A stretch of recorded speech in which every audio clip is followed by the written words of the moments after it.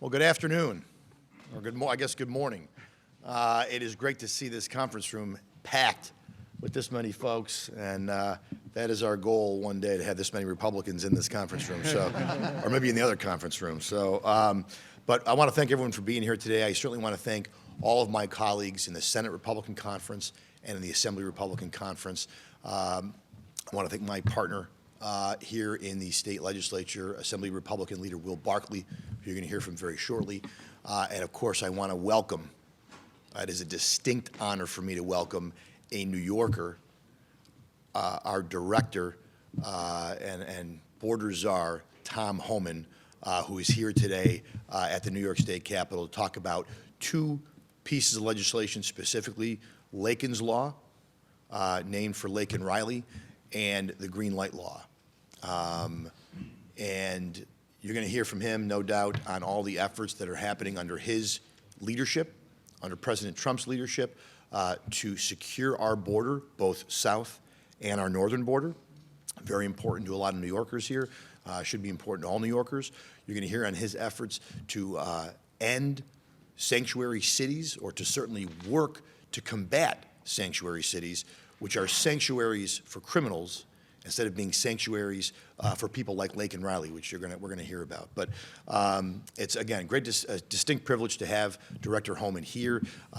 He's a New Yorker from Carthage, or I guess West Carthage. Technically, I don't want to get in trouble there. I know there's a difference. So one time I said Carthage, and somebody said West Carthage, and I said, okay, well, okay.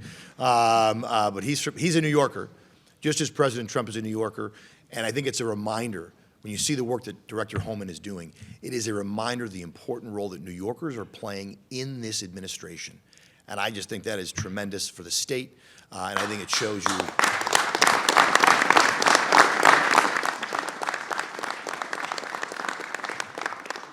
And who knows better sometimes the crazy policies of the far left than New Yorkers, right? Because we have to live them every day sometimes here. So. Again, I'll let my colleagues talk about Lakin's Law, the details, Lakin's Law, Green Light Law.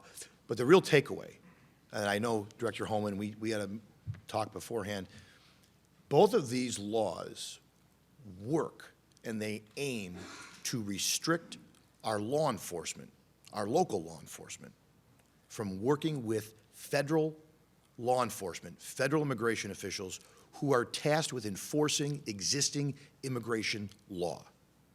It puts our law enforcement, it puts them at greater risk. It actually, the Green Light Law makes it a felony for them to cooperate with ICE and our immigration officials, which is really just unconscionable and disgusting. To actually tell a law enforcement officer who takes an oath to the Constitution of the United States and the Constitution of New York that they will be the felon, they will be the bad guy if they cooperate or work with Director Homan. He's going to, I think about Mayor Adams, who no one wanted him removed until he started working to try to end some of the sanctuary madness in the city of New York. And Director Homan, again, might be able to speak to that as well. But Lakin's Law, Laken Riley would be alive today if it were not for Jose Ibarra and sanctuary policies here in New York that released him. He should have been on a plane somewhere, and instead he went to Georgia and murdered Laken Riley. And the Green Light Law, I've talked to Border Patrol agents, I've talked to immigration agents. This law is making their jobs more dangerous. It's making it more impossible to do what they have to do to protect the people of New York State. It's not about driver's licenses. If that's what it was about, that's all it would be in the law. But it's all about handicapping our efforts to police and secure our border and to deport people who are here illegally. And we're talking about the most violent and worst people who are here illegally. Criminals, gang members, people that you wouldn't want in your community if they were legal, let alone being illegal. And so, again, these are two laws that our conference and the Assembly Republican Conference and the Senate Republican Conference have worked to get repealed and worked to get enacted. And obviously we haven't had a whole lot of success with this governor and with the Democratic majorities. But you know what? The cavalry is coming, whether it's Director Homan, whether it's AG Pam Bondi, or President Donald Trump. There's people at the federal level now, New Yorkers in some cases, who absolutely understand what needs to be done, and they're doing it, and this conference stands ready to work with them any way we can. And so,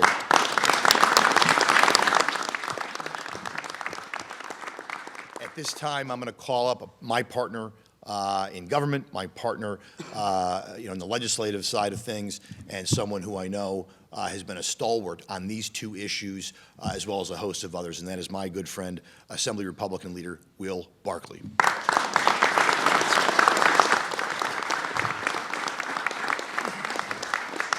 Thank you very much, Leader Ort. I appreciate the partnership that our conference have together, and I think it makes public policy, it makes us move and be able to push public policy when we work together. It's a great honor for me to be here with Director Homan. As Leader Ort mentioned, I like to take pride in this because I'm in Oswego County, which I think is kind of on the border of the North Country, but I consider myself North Country, and he's a fellow North Country person, so we're very proud of what he's doing for our country, and he's very happy to have him here today. You know, I look at this migrant issue sort of on two sides of the ledger. I look at one side, insanity, and one side, sane. And the fact that Biden administration opened the border, and I was writing this today, I was thinking, how many illegals came in during the Biden administration? I said first thousands. I'm wrong. It was millions. Millions of migrants flooded our country. So I'm so happy that we have President Trump and Director Homan now trying to bring sanity back to that policy. Here in New York, we have over 200,000 illegal migrants. It's cost all in about $12 billion.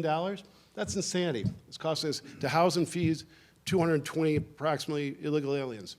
The sanity is starting to recognize now that it can't continue to do that.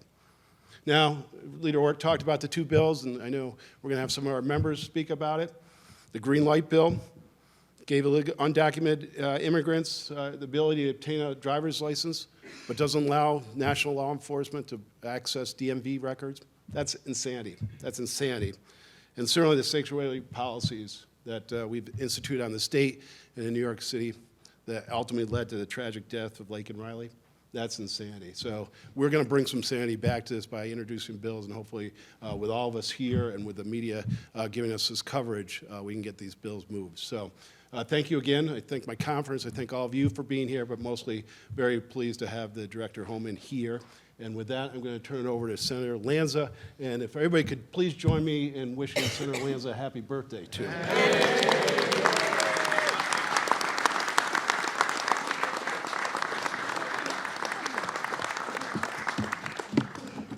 Good afternoon. Thank you, Leader Ort, Leader Barkley. My name is Andrew Lanza, and it is my birthday. It's great to see you all, but it's even better to see Director Homan. Leader Ort said it's cliche, but the cavalry has arrived. Laken Riley, a beautiful 22-year-old nursing student, someone at such a young age who had already dedicated her life to helping her neighbors, to making the world better. Savagely murdered in the prime of her life on a college campus in America. When I saw that as a father, I was horrified, saddened, and disgusted. How did it happen? Her murderer came into this country illegally through President Biden's open border. He was caught. The Democrats released him. Got away with crime one. Made his way to New York. Why New York? Because radical Democrats in New York, like Governor Hochul and others, Bill de Blasio in New York City, before this present mayor, said New York's a sanctuary. You're welcome. Make your way to New York. We're going to give you a free home, free clothes, free food, flat screen TV, cell phone, whatever you want. And don't worry, your neighbors, the people who are citizens here in New York, who are barely making ends meet, they'll pay for it all. So that's what he did. And then he was arrested for committing a crime in New York City. An unwelcome guest, but a guest here in our country commits another crime. He's arrested. ICE, federal agents, coming to get him. Sick, depraved leftist politicians in the state of New York said, hey, come with me, and opened the back door and secreted him out of New York. Made his way down to Georgia, and the rest you know. I think the people who did that have blood on their hands. Lakin's Law. Here's what it says. And think about it when I talk to you about what it says. And ask yourself if you thought this was already the law. Lakin's Law says that if someone is here illegally in our country and is arrested, in New York, law enforcement has to notify ICE. Makes sense. But they don't, and they won't without this law. If you're convicted in a court of law in New York, the court has to notify ICE. Makes sense, but they won't and they don't without this law. If you're released from prison in New York after being convicted, the court system needs to notify ICE. They should, but they don't and they won't without this law. Could you imagine that this is not what's happening already in the state of New York? That there are people that are more inclined to help people committing crimes who are here illegally than protecting their own citizens. Director Homan, on Staten Island, there's a beautiful building on Father Capodanno Boulevard. This government, together with some Bolshevik non-for-profit home for the homeless, kicked seniors and veterans out of their homes so that they could put people who are here illegally in that building. And again, everything paid by the taxpayers. Private security, room service. People across the street, citizens, working 2 jobs. They call it compassion, the leftist Democrats. It's not compassion, it's disgusting. It's insane. So what has their policy done? They call it sanctuary city. I call it a criminal hideout. Except you don't have to hide, because they'll protect you. 4 years, President Obama. I know we get numb to these numbers, but these are sons, daughters, brothers, sisters, mothers, fathers. 400,000 Americans lost their lives because of the fentanyl that came across that open border. 30,000 New Yorkers in those 4 years lost their lives. 30,000 of your neighbors died because of these compassionate, sanctuary city, open border policies of the left. 30,000 of your neighbors are not with us anymore. Who else has come across that open border in the name of compassion? Terrorists, cartels, God knows who. God knows who. We know one of them took the life of a beautiful 22-year-old girl, a little more than a year ago.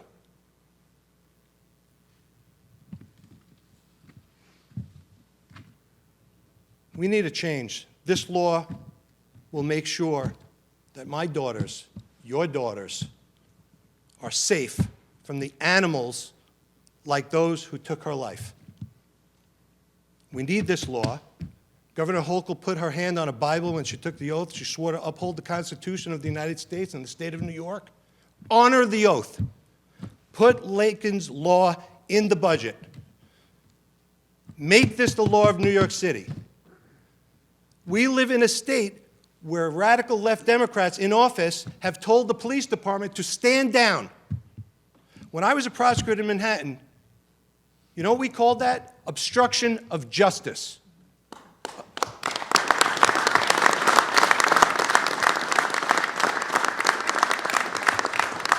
No one could be this incompetent, so we know it's part of their plan, but if we keep the pressure on them, maybe they'll see the light. I think there's a certain poetry in the fact that while New York radical left elected officials were a big part of the problem in this country, two native New Yorkers, President Donald Trump and Director Tom Homan, are going and are fixing it and are going to be the solution.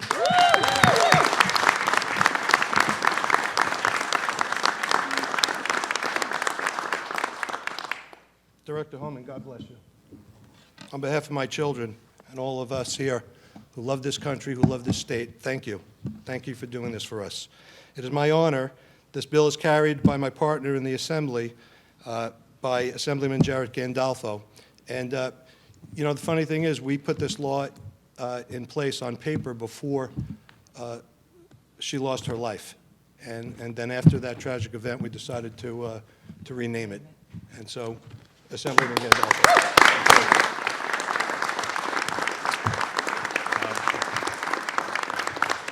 First, it's an honor to stand here with all my colleagues in both the Assembly and the Senate, those of us here who are fighting for sanity in this state. But it's even more of an honor to be joined by Director Homan, who at President Trump's direction is leading that fight for sanity at the federal level. We are so fortunate to have him here and to have an administration that takes border security seriously and has done a phenomenal job so far. To date, the Trump administration has made great progress on border security, and Congress has passed and President Trump has signed the Laken-Riley Act at the federal level. And what that does is prioritizes criminal illegal immigrants for removal from this country. Now it's time for New York to follow suit and to do its part and assist in the apprehension of these individuals.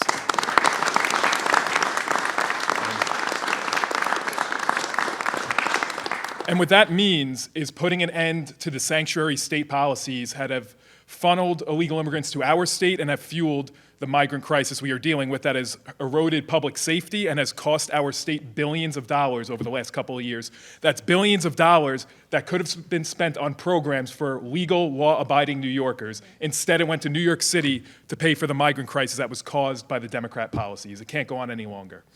Now, Governor Hochul, she's had some tough rhetoric where she said, I think she would be the first one to call the federal government to remove criminal illegal immigrants. But Director Homan, I can't imagine your phone has been ringing off the hook from Kathy Hochul. So it is up to us here to do something because as it stands now, all those sanctuary policies are still on the books. Executive Order 170 of 2017 established New York as a sanctuary state. This was put in place by our former governor, who's running for mayor now, but Kathy Hochul has had the authority to repeal that from day one. She didn't need the legislature, all she needs is her pen. And that's an issue. She can do that today, she can do it tomorrow, but she hasn't and she won't. Now, what Laken's Law does, as Senator Lenza mentioned, it aims to address some of these sanctuary policies, most importantly, reporting arrests of illegal immigrants to ICE, notifying ICE when they are released from incarceration. It does a couple other things. Number two, it would repeal the Protect Our Courts Act that was passed a few years ago, which prohibits ICE agents from being able to make arrests at courthouses, to and from courthouses. Again, that is a policy specifically put in place to shield criminal illegal immigrants. It's nonsense. The other point of it is it would restore a maximum penalty of 365 days for Class A and unclassified misdemeanors, which a couple of years ago, Assembly Democrats and Senate Democrats, signed by Governor Cuomo, reduced the penalty by 1 day to make it 364 days to prevent illegal immigrants who are committing these crimes from being flagged for deportation by the federal government. And now some of these are pretty serious crimes. A Class A misdemeanor in New York is sexual misconduct, resisting arrest, assault in the third degree. Why on earth are we protecting those kinds of people from the federal government? Those people should be the first on the list to be sent back home and be no longer enabled to endanger New Yorkers. And again, I am so happy we have Director Homan here who's going to talk about this a little more and the importance of some cooperation between our state and ICE. We have to put an end to these sanctuary policies. It can't go on any longer. It is out of step with what everyday New Yorkers want to see from their state government. We have to get rid of those sanctuary laws, including the Green Light Law, which my colleague from the Senate, Senator Dan Steck, is going to talk a little bit more about right now. So, Senator.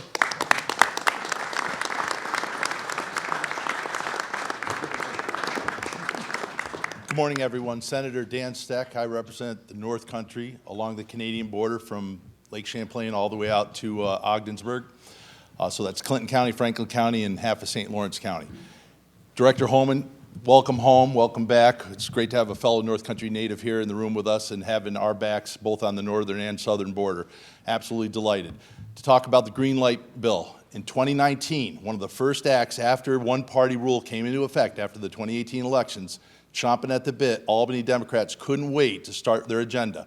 So in 2019, they put into place a law that they pitched as, well, this will just allow illegal immigrants to get driver's licenses that are indistinguishable from the rest of ours to law enforcement or anyone that's looking at them. You can't tell the difference, so that they don't feel pressure and they can go to work and they can contribute to the economy. That was their stated argument. What they didn't highlight, but which is the God's honest truth, is that that law also prohibits local and state law enforcement from coordinating with any federal agencies having to do with immigration. It prohibits them from sharing DMV data, the license plate readers that we all pay for that are all over the place. Our police can see them, but they can't share that information with the law enforcement. Now, again, I represent a border community, and I can tell you that people along the northern border are terrified. I have been on the northern border many times with all my sheriffs and with Border Patrol. Last year, more illegal crossings on the Canadian border occurred in the Swanton sector, which runs from New Hampshire to Watertown, than the rest of the Canadian border combined.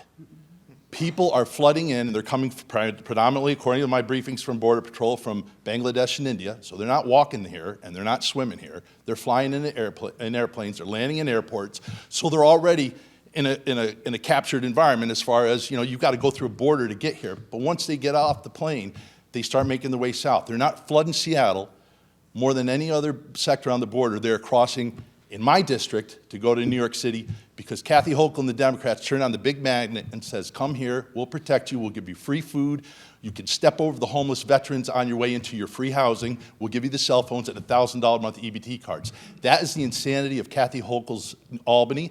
She's done nothing to change it. She has emergency authorities, as we all learned from COVID, to waive any law. She hasn't lifted a finger to do anything with the green light law. Last fall, first week of school in northern Clinton County, 9 immigrants stopped a school bus at a school bus stop, banging on the door because they wanted to ride into town. I'm pretty sure the yellow school bus is internationally known. But these are parents putting on elementary school kids the first week of school and that's their memory. Their cherished memory of first day of school in Clinton County was being accosted by illegal immigrants at our border, at a bus stop.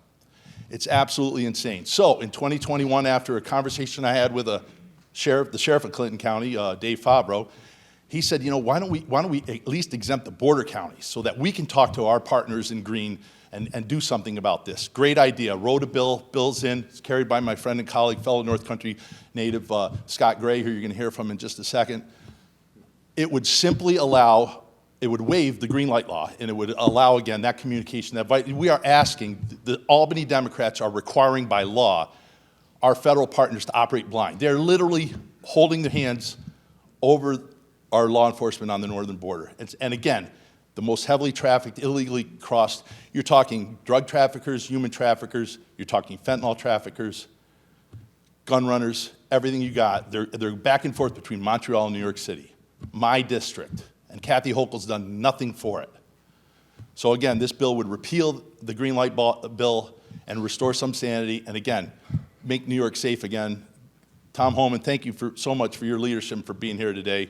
It's a delight to be here. And again, I'll call up all of our friends, and your good friend, Scott Gray, to talk about his end of the bill. Thank you.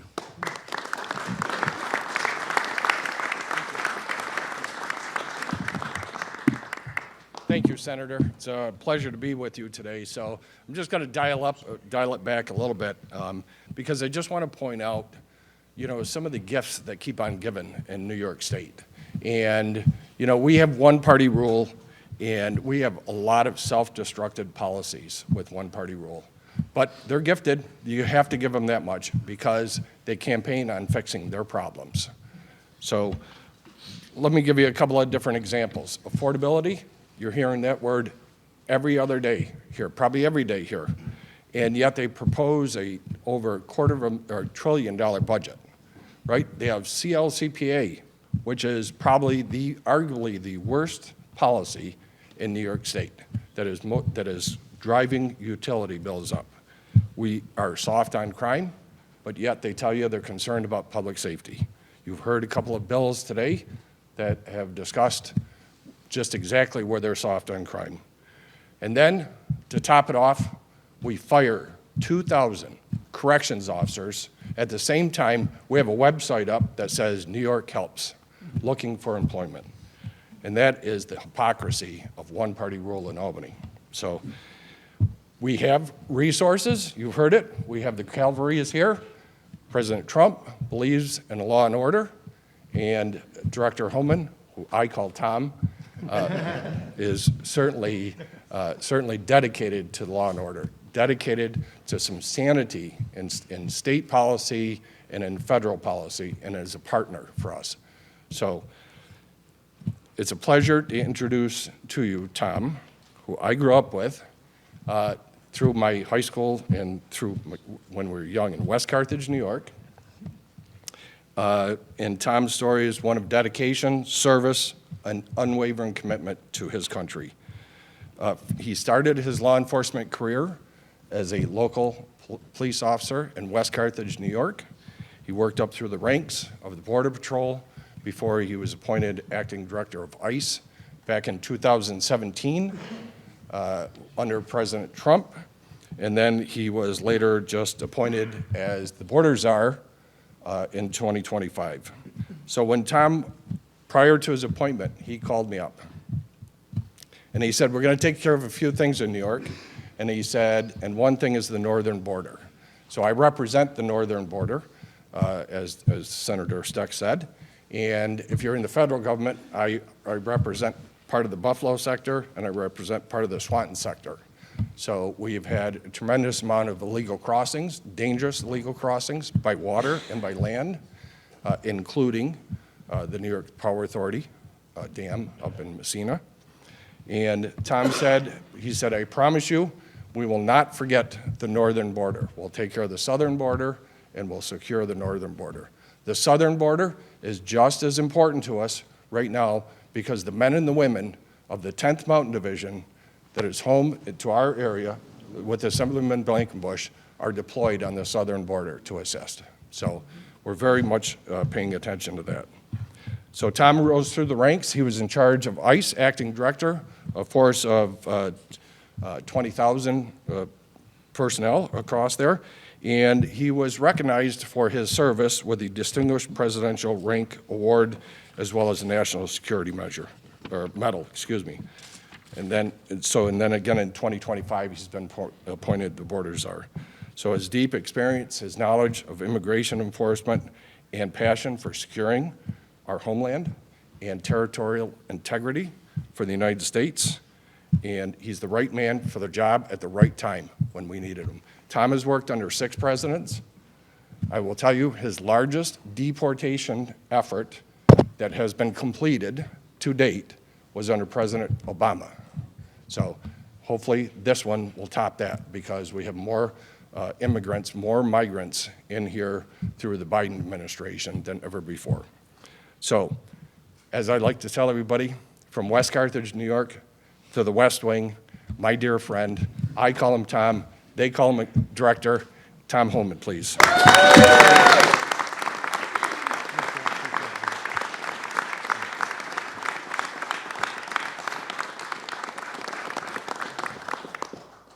Well, before I start, to New York State Correctional Guards, I'm with you.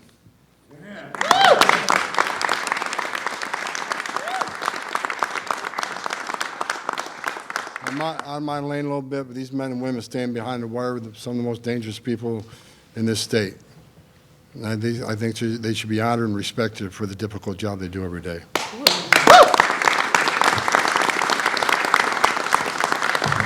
So today's my birthday. Every day's my birthday because I worked for the greatest president of my lifetime, Donald Trump. And that's just a stone cold truth. I've worked for 6 presidents, starting with Ronald Reagan. Every president I worked for took steps to secure the border. Even President Clinton and Obama took steps to secure the border because they understood you can't have national security. You can't have strong national security without border security. No one understood that better than President Trump's first term. His success on the border was unprecedented. Unprecedented. Now, he just came back in office, and I came back out of retirement for the second time to serve as president because I respect him so greatly. He did in 3 weeks what Joe Biden couldn't do in 4 years. Border numbers right now down 96%. 96% border numbers are down. He was at over 90% in 3 weeks. 96% decrease. That means when you got 96% less people crossing that border, less women are being raped by the cartels, less children are dying making that journey, less Americans are dying from fentanyl that comes across the north border, less women and children are sex trafficked, less terrorists are getting into this country. Joe Biden had 400 people on terrorist watch lists coming across the border. In 4 years under Trump 1, we have 14. The numbers are unprecedented.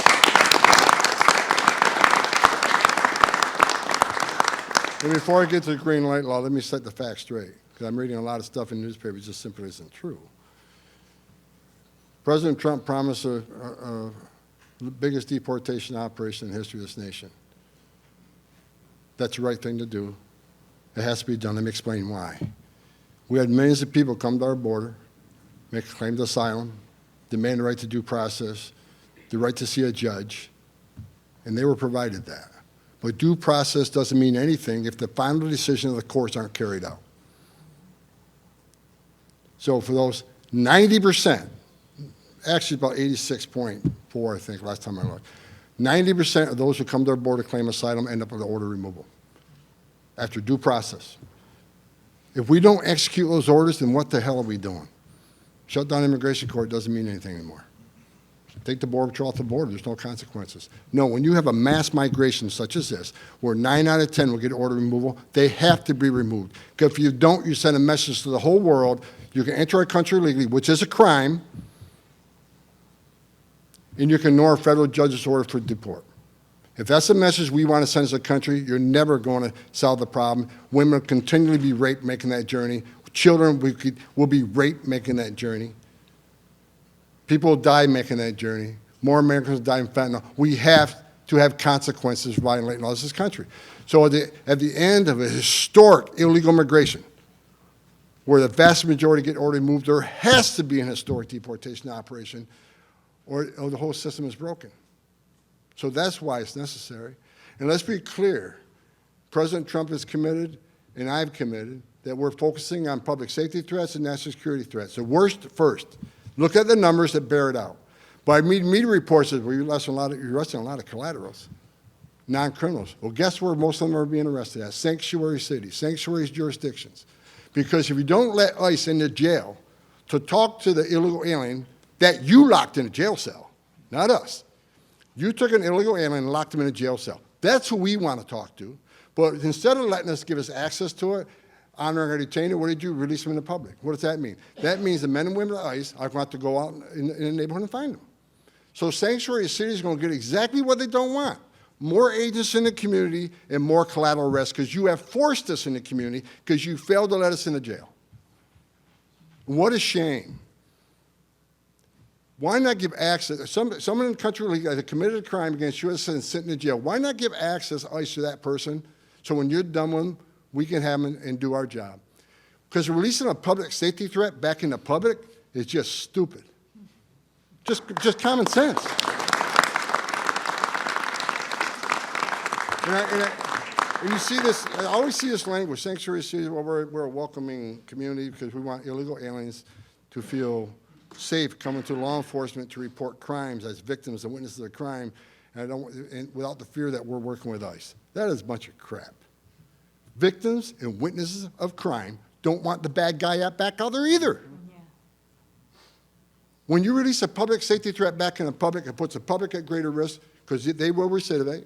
It puts the public at greater risk of crime. It certainly puts the victim witness at greater risk. It puts the community at greater risk. It puts the officers at great risk. It puts the alien at great risk. Because anything can happen on street arrest. That's just stone cold fact. So let us in the jails. In my day, when I was an agent, a long time ago, I never heard of sanctuary jurisdictions. Law enforcement worked with law enforcement. New York State's my home. I was born here. I was raised here.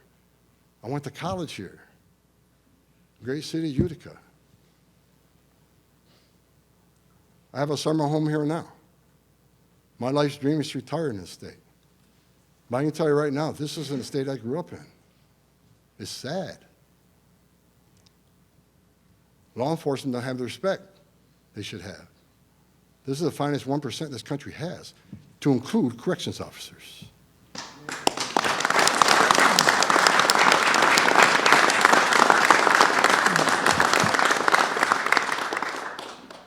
I'll say it again, President Trump's the greatest president of my lifetime.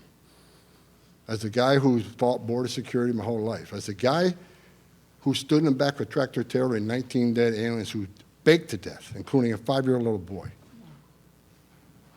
As a guy who's talked to young ladies as young as 9,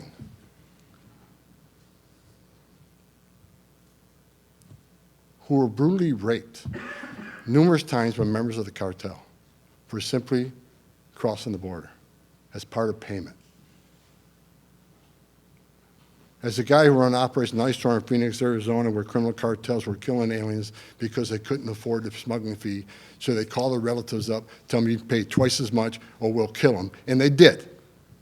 Relatives being called up, listen to their relative being tortured because they couldn't pay smuggling fees. Now we got a president who wants to secure the border and save lives. Secure borders save lives. Like I just said, when you got the numbers down 96%, how many lives are being saved? When 96% less people are coming, how many women aren't being raped? Now, under Joe Biden, they say, well, President Trump's policy is inhumane. Homan, you're a racist. Trump, you're a racist. Your policies are inhumane. Oh, really? How many lives are being saved right now today because that border is secure? Under Joe Biden, a record number of Americans dead from fentanyl coming across that border. A 600% increase in sex trafficking of young women and children. A record number of Americans dying from fentanyl coming across the open border. Don't tell me about humanity. I've seen the worst of the worst. And everybody always says, why do you get so emotional? Why do you get angry?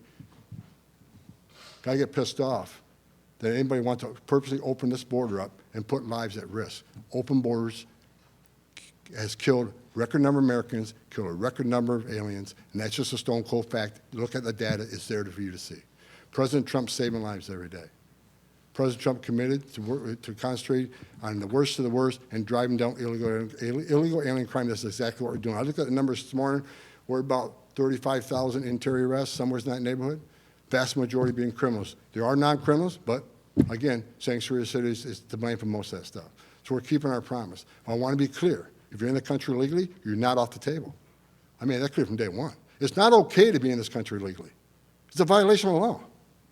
And for members of Congress saying it's not it's not a crime, enter the country, wrong. As a member of Congress, you should know what the law says.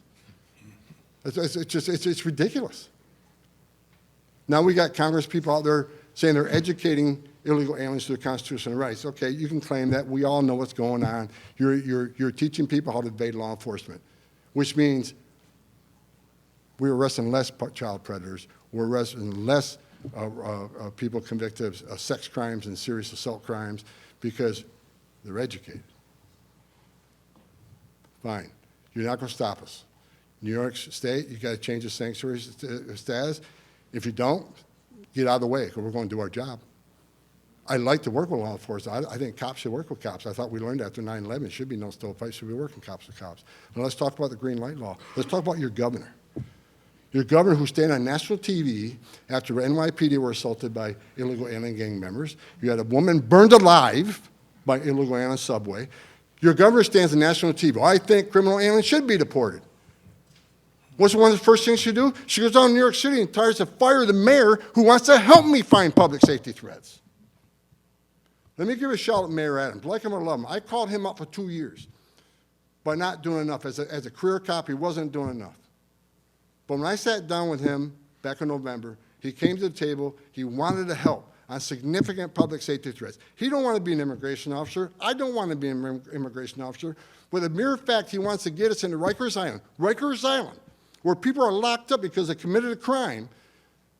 He wanted to get federal immigration authorities back into Rikers Island to talk to illegal aliens who committed a crime against a citizen.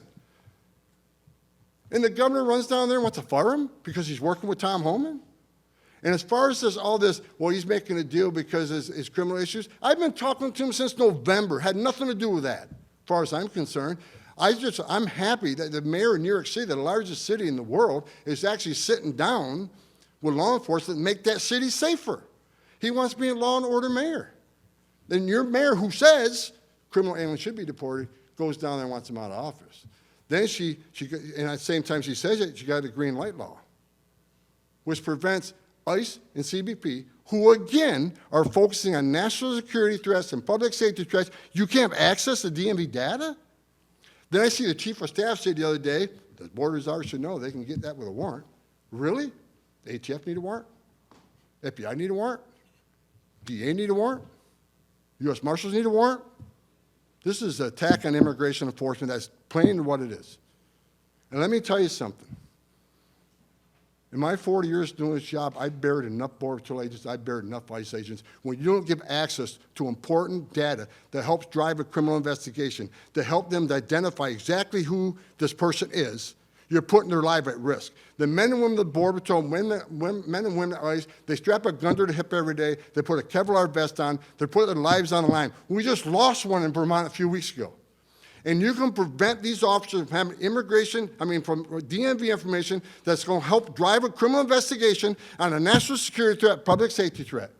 You're going to deny them information to know how bad this person is, because any cop in this room, and I was one, and one of the first things you do is run DMV data to get more information on who this person is. And considering they're working on national security threats and public safety threats, you're going to lock them out of that data? You're going to require a warrant for them but no other federal law enforcement agency? Ridiculous. So she's talking about both sides of her mouth. Oh, I want criminal aliens deported, but she puts all the roadblocks where it's not happening. You have illegal alien crime murders happen in this state. I think you had some in Buffalo, you had some in Syracuse. Never heard of that in my day when I grew up here. We're a nation of laws. No one should be pushing back on removing public safety threats from their communities.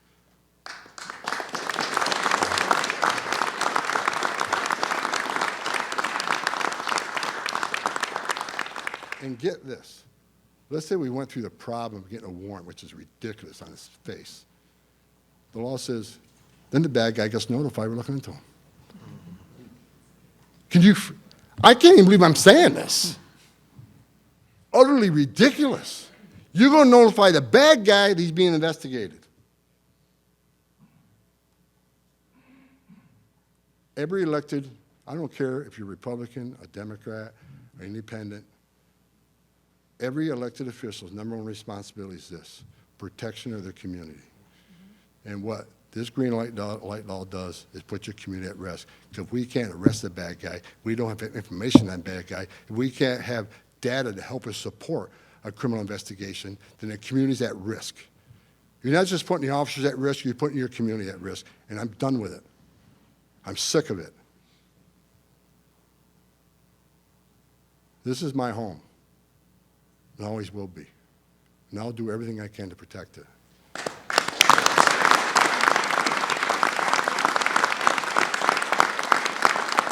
And as Scott says, you got to follow people like I grew up on the northern border. I have a home on the northern border now. I care what happens to the northern border because I grew up here. So Scott was right. Northern border is not being ignored. President Trump's committed to securing the southern border. We got record security now. I'm focused on the northern border now because President Trump made a promise to the American people. His mandate was to enforce immigration laws, secure our border. Securing our border save lives. And for those that don't know, a lot of special interest aliens enter through Canada. The likelihood of a terrorist coming across the northern border is very likely. We're going to pay strict attention to the northern border, just not New York, the entire northern border. But under Joe Biden, let me tell you what he did to your northern border. Under Joe Biden, millions of people coming across the border, about half of the northern border agents were assigned on the southern border. And the half that stayed here, many of them were processing illegal aliens virtually from the southern border, which means the northern border was lawless. Clinton County got killed with numbers. We're going to fix that. We're fixing it now, and I won't stop until the northern border is as tight and secure as the southern border.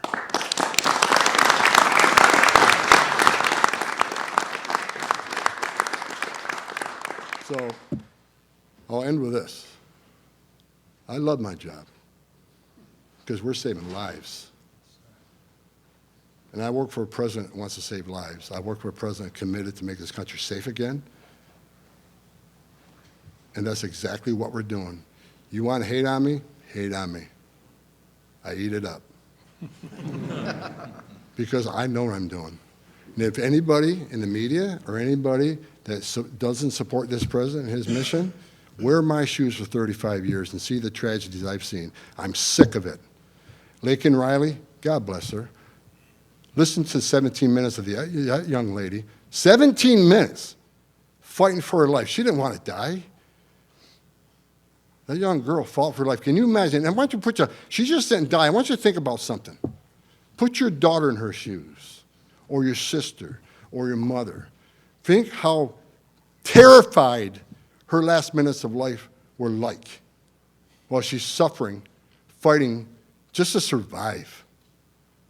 Lakin Riley's one out of many. I've met hundreds of angels and moms and dads who buried their children. You know, I always hear all the time, family separation. Homan's the godfather saying family separation.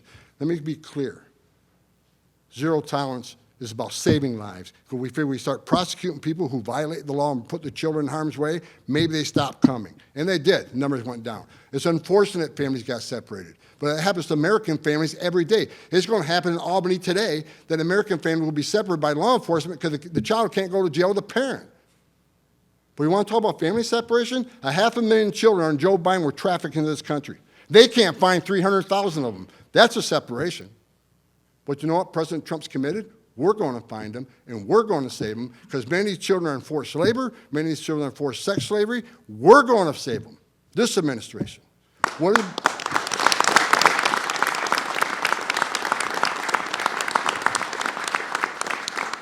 You want to talk about family separation, talk to the angel moms and dad who buried their child. My worst nightmare, everybody in this room, your worst nightmare is bury your child.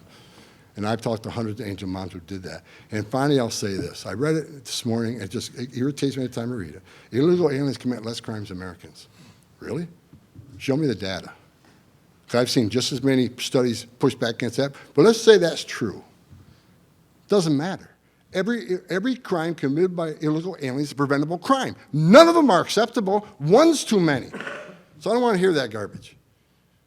Secure border saves lives. President Trump, he's a great president. He's saving lives every day by locking down this border, by removing public safety threats. He's doing the job he promised Americans. I couldn't be more proud to work for a man that's dedicated to the service of this nation and makes this country safe again. So God bless President Trump. And I want to say one more thing. What a cabinet he put together. Kristi Noem, DHS Secretary. She has done more enforcement actions in her first week as Secretary than Alejandro Mayorkas did in 4 years. She's been out with ICE, she's been out with CBP, she's been out with the Coast Guard. God bless Kristi Noem. She's going to do a great job. Kash Patel, great pick for FBI. Pam Bondi, New York State, watch out for Pam Bondi. Because she's going to take on Sanctuary City. So I'm proud to be a part of this group. Every day I walk in the White House, my head's held high, because I know we're doing the right thing, not just for the United States. We're saving migrant lives, we're saving American lives, and we're making this country safe again. So I couldn't be more proud to work for this administration than the proudest moments of my life. I love my job, and I love New York, and I'll never forget about New York. So, Thank you.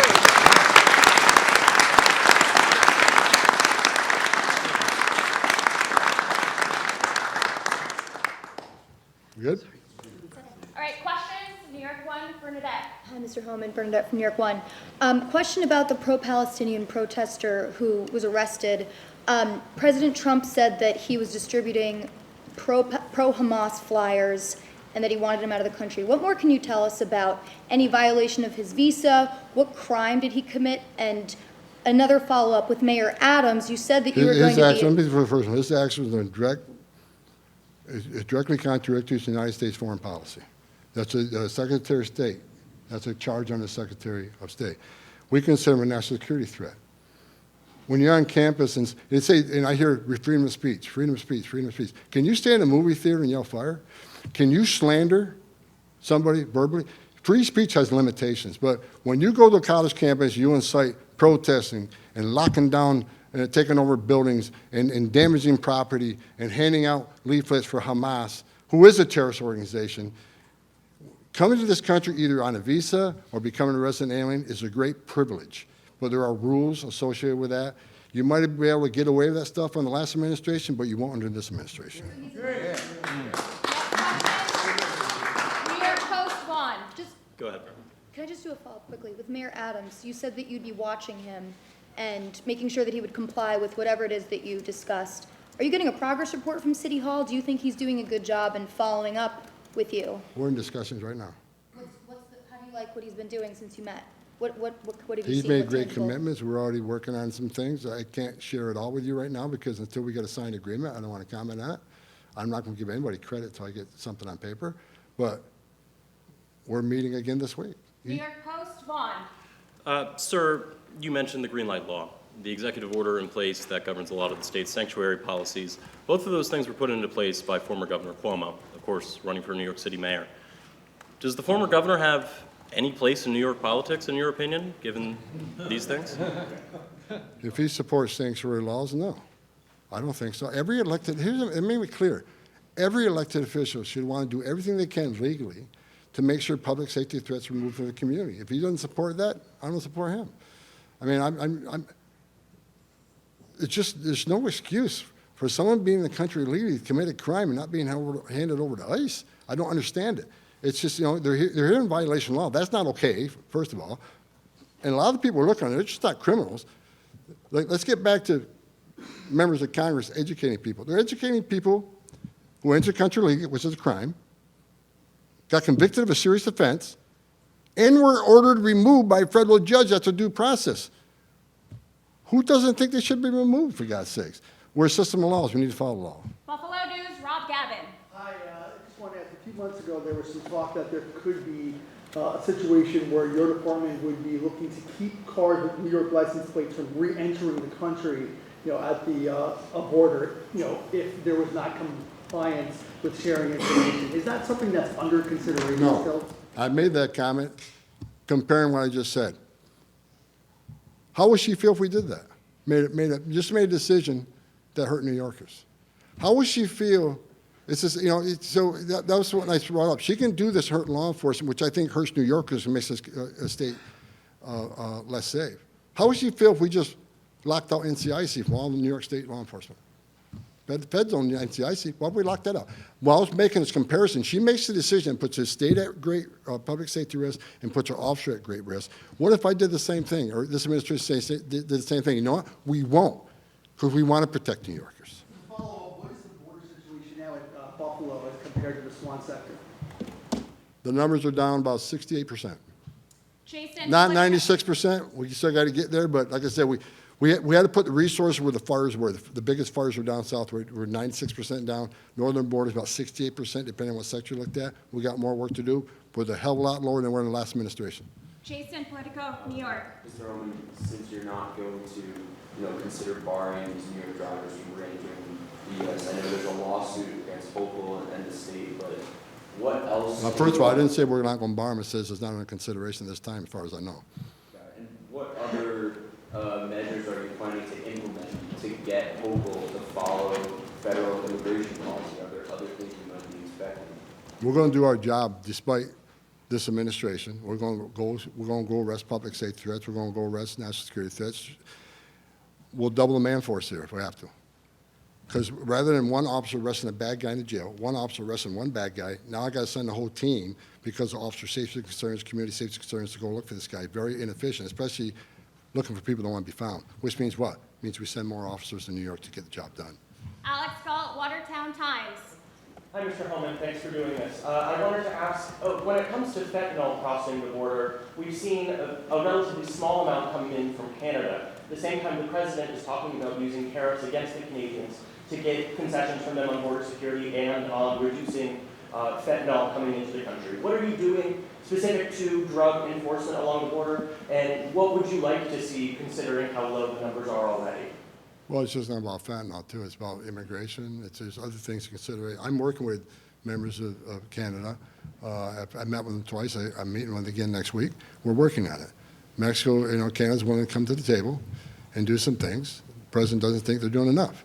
And I think the president has proven over and over again his negotiation skills are unmatched. I think he's going to get exactly what he wants. We'll have the most secure northern border in the history of this nation because of President Trump's negotiation with the country of Mexico.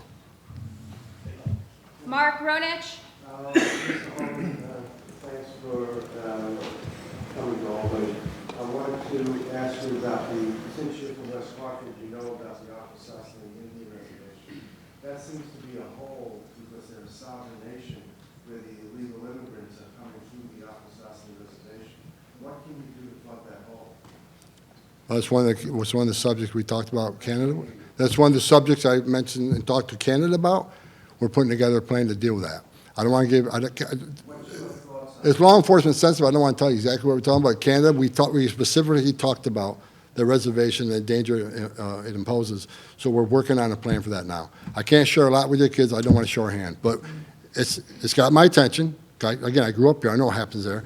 And Canada also realizes it's an issue. So we're working on a plan to deal with it. Kate Lisa, Spectrum. Director, just curious if you contacted Governor Hochul's office and tried to get a meeting with her and if there was a response. No, she's got my phone number. She can call me. New York Times. Mr. Homan, do you expect, or are ICE removal operations right now off limits in shelters across the state, or do you expect that to change over time? And also, what do you, I mean, you've sort of spoken to this a little bit, but what do you make of, the city's policy of requiring a judicial warrant for ICE to go into certain locations? Is that obstructive?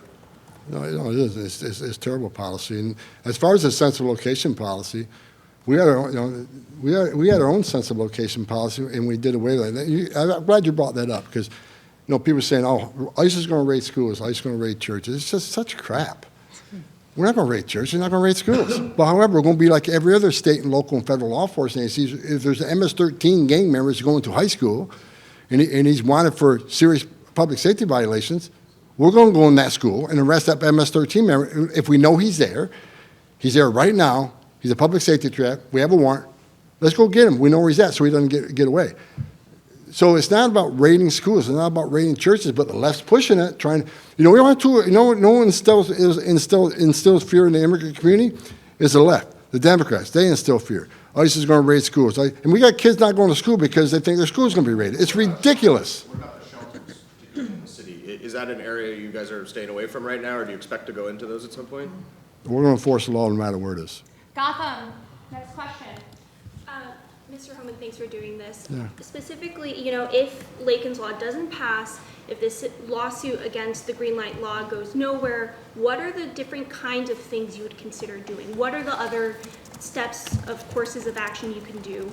And specifically with that pro-Palestinian student from Columbia, on his arrest papers, what exactly does it say in terms of the charge? I'm familiar with this exact charge. I can just tell you what my discussions have been with it, is that it's a direct violation of our foreign policy objectives. When you hand out leaflets, incite violence on the college campus, that's illegal. Being in this country with a visa or a resident alien card is a privilege, and you got to follow certain rules. Resident aliens get removed all the time when they commit certain crimes. So he's no different. And he's not going to be the only one. Your first question is, look, Pam Bonnie's already filed a lawsuit. And if she has to keep filing lawsuits, that's what we're going to do. I'm hoping the voters of New York State see what we're doing. And I'm not asking somebody to vote either way. I can't do that. But I'm saying that I think the voters look at exactly what ICE is doing, who we're arresting. I think President Trump has a lot of support for what he's doing. The majority of Americans believe in removing criminal threats. And I think New York feels the same way. I don't know if your elected politicians do. I know the ones behind me do. But I'm hoping more and more we educate the American people exactly what we're doing, exactly who we're arresting. I think there's going to be pressure put on New York to do their common sense thing to protect the communities of the state. So I just want to make I have not read the arrest report. I've been traveling, but I'm aware of the arrest. I'm aware of why he was arrested, and it's justified what happened to him. CBS, Tom Eshwin. Mr. Homan, you go down the street here in Albany, they're down dozens of police officers. Do you think local law enforcement has the resources to both cooperate with ICE and also conduct public safety for Americans that are committing crimes? Yes. Why? Because they want public safety threats out of their community too, and they're willing to work with feds to make that happen.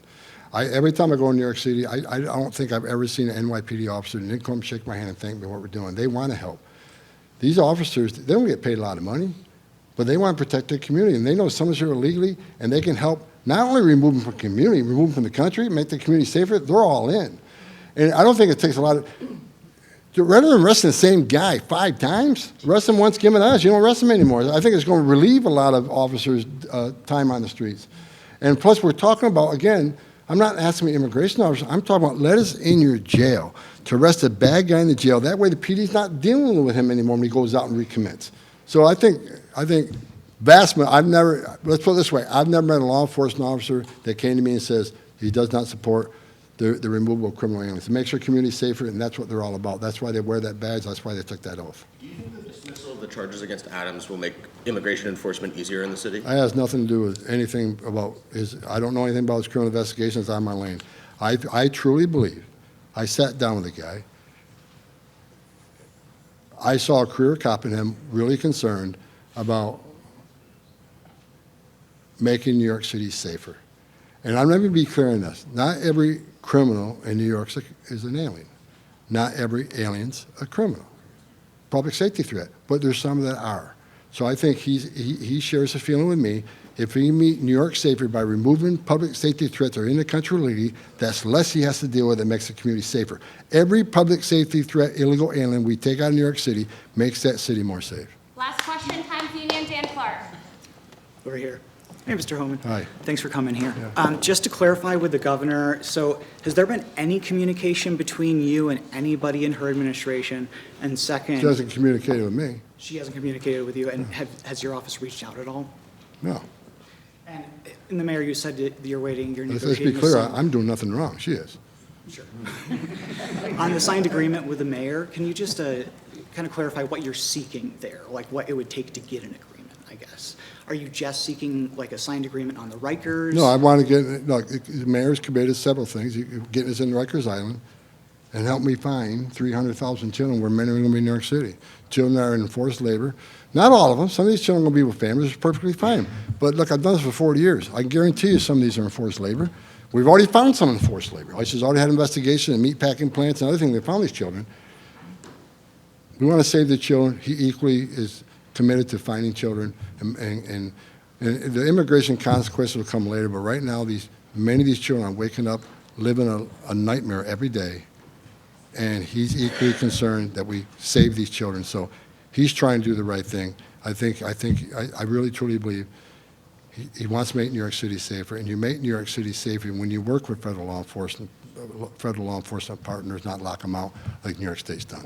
Great. Thank you, everybody. Thank you.